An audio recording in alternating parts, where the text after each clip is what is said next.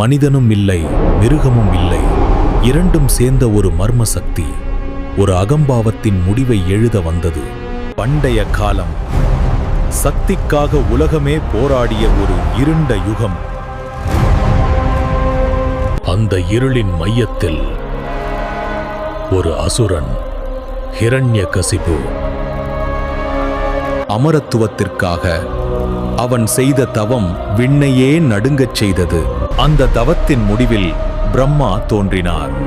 அவன் கேட்ட வரம் மிகவும் சாமர்த்தியமானது. மனிதனால் அல்ல, மிருகத்தால் அல்ல, பகலில் அல்ல, இரவில் அல்ல, உள்ளிலும் அல்ல, வெளியிலும் அல்ல, எவனாலும் என்னை அழிக்க முடியாத வரம் வேண்டும் என்று. வரம் கிடைத்த தருணத்தில் அகம்பாவம் அவனுள் வளரத் தொடங்கியது.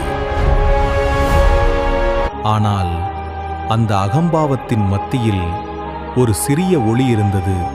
அவன் சொந்த மகன் பிரகலாதன். அவன் அசுர வம்சத்தில் பிறந்தாலும் அவன் இதயம் முழுவதும் நிரம்பியது விஷ்ணு மீது கொண்ட பக்தியால். இது ஹிரண்யகசிபுவுக்கு பொறுக்கவில்லை.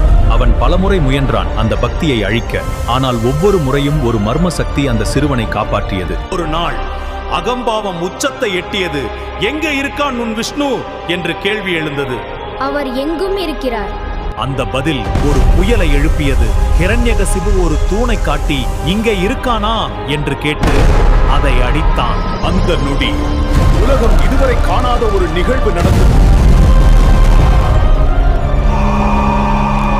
அது ஒரு போர் அல்ல, அது ஒரு தீர்ப்பு. மாலை நேர இரவும் இல்லை, பகலும் இல்லை, வாசலிடம் உள்ளும் இல்லை, வெளியும் இல்லை.